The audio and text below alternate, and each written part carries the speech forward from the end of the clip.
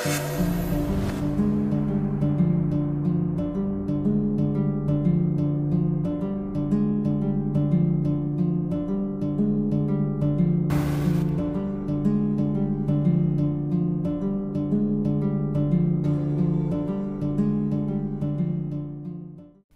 Madanapalli, India nakatira ang pamilya Naido na kinabibilangan ni Maria, Peter at ang dalawa nilang anak na mga babae na sina Ann at Sheila.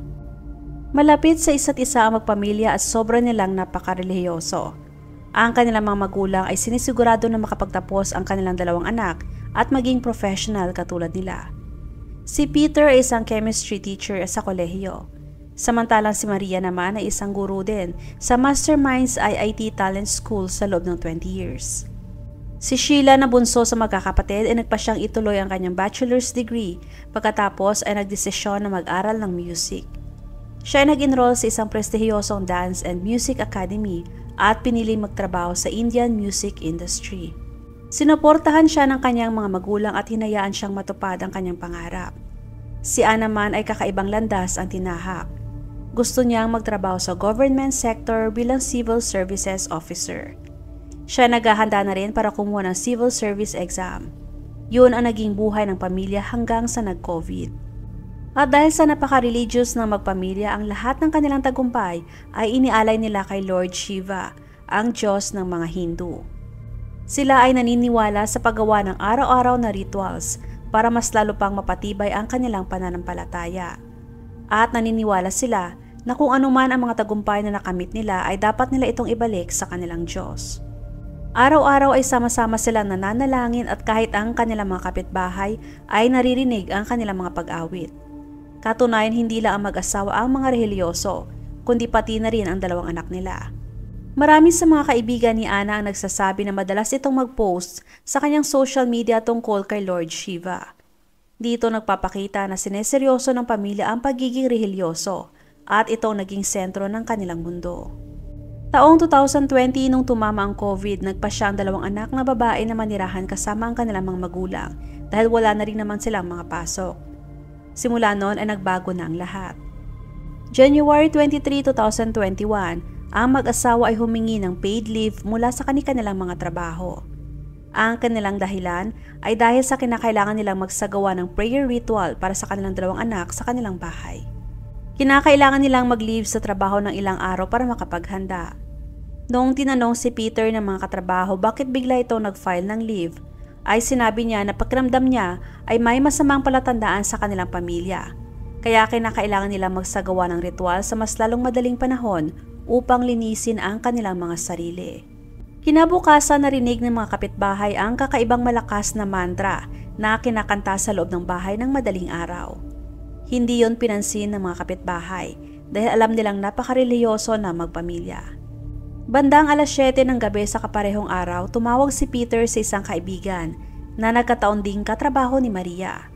Ngunit habang magkausap sila ay narinig ng kaibigan sa kabilang linya na parang tensyonado at masama ang loob ni Peter. At dahil nag-alala na ang kaibigan kaya tinanong niya si Peter kung okay lang ba siya o kung okay lang ba ang kanyang pamilya. Agad na sumagot si Peter na natatakot siya dahil may nagawa siya na baka hindi na niya maari pang maibalik. Dahil sa naguguluhan na ang kanyang kaibigan kay mas lalo pa niyang tinanong si Peter para ipaliwanag sa kanya ng maayos ang kanyang mga sinasabi.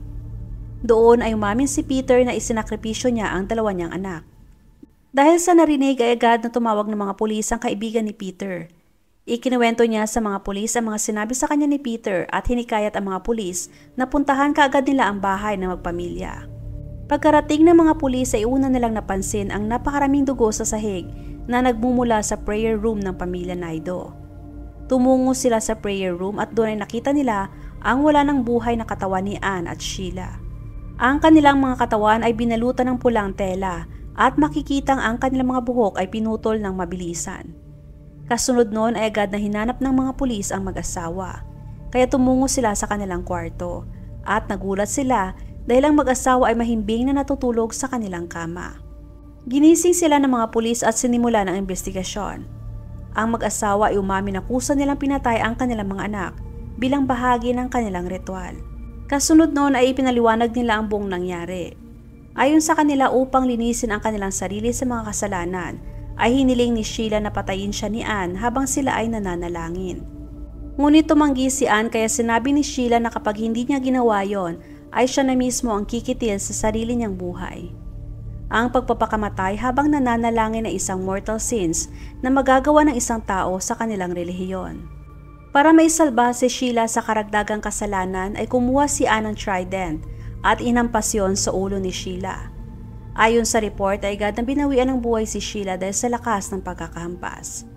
Kasunod noon ay kumuha din ang mag-asawa ng dumbbell at inampas din yon sa ulo ni Anne ng 2 beses. Pagkatapos ay hinampas nila ulit ang ulo ni Sheila ng 1 beses para masiguradong patay na ito. Agad nilang pinutol ang buhok ng mga anak at iniala yon kay Lord Shiva bilang biyaya. Sa oras ng kanilang pag-amin ay paulit-ulit na sinabi ni Peter na ang kanyang mga anak ay nananatili pang buhay ng ilang oras. Ibig sabihin no na ang ginawa nilang divine act ay gumagana o epektibo. Sinabi pa ni Maria na sila ni Peter ay iaalay din ang kanilang mga sarili ng 9:00 ng gabi. Ngunit ang pangingialam ng mga pulis ay ang siyang gumulo at sumira ng kanilang ritual. Paulit-ulit din na sinabi ni Maria na sa February 25, ang 2 anak nila ay babalik na buhay at kailangan silang paniwalaan ng mga pulis. Sa mga oras na sila inaresto, si Maria ay nagsisisigaw at ang kanyang kilos ay kahalintulad ng isang tao na nasisiraan ng bait. Sumisigaw siya na bukas ay babalik ang kanilang mga anak at kailangan din nilang umalis na mag-asawa. Ikinulong ng mga pulis ang mag-asawa at sa mga sumunod ng 2 araw ay paulit-ulit pa din ang mga sinasabi nila. Sa pangatlong araw ay pinatunayan sa kanila ng mga pulis na hindi na babalik pa ang kanilang mga anak at hindi na sila babalik pa ng buhay kahit kailan. Yun ang nag-trigger sa mag-asawa kaya mas lalo silang nagwala. Dinala sila sa hospital para ipasuri at doon ay na-diagnose sa mag-asawa pati na rin ang kanilang mga anak ng bihirang psychological disorder na shared psychotic disorder. Ibig sabihin na nahawaan ng mga taong malalapit ng delusional tendency ng isang tao at ang pinagmula ng sakit na yon ay si Maria. Ang delusion ni Maria hindi huminto sa pagpatay ng kanyang mga anak. Naniniwala siya na siya ay si Lord Shiva at naniniwala din siya na siyang gumawa ng COVID-19. Ang psychiatrist na si Dr. Radhika na nag-examine sa mag-asawa ay sinabi sa mga media na si Maria at Anne ay siyang may malalang delusional at maaaring nahawa lamang sina Peter at Sheila. Madalas ay sinasabi ni Maria sa kanyang pamilya na may naririnig siya ng mga boses at madalas ay nakikita niya ang kanyang namayapang ama sa kanilang bahay na paikot-ikot. Si Anna naman ay obsessed kay Osho, isang sikat na Indian philosopher at spiritual guru.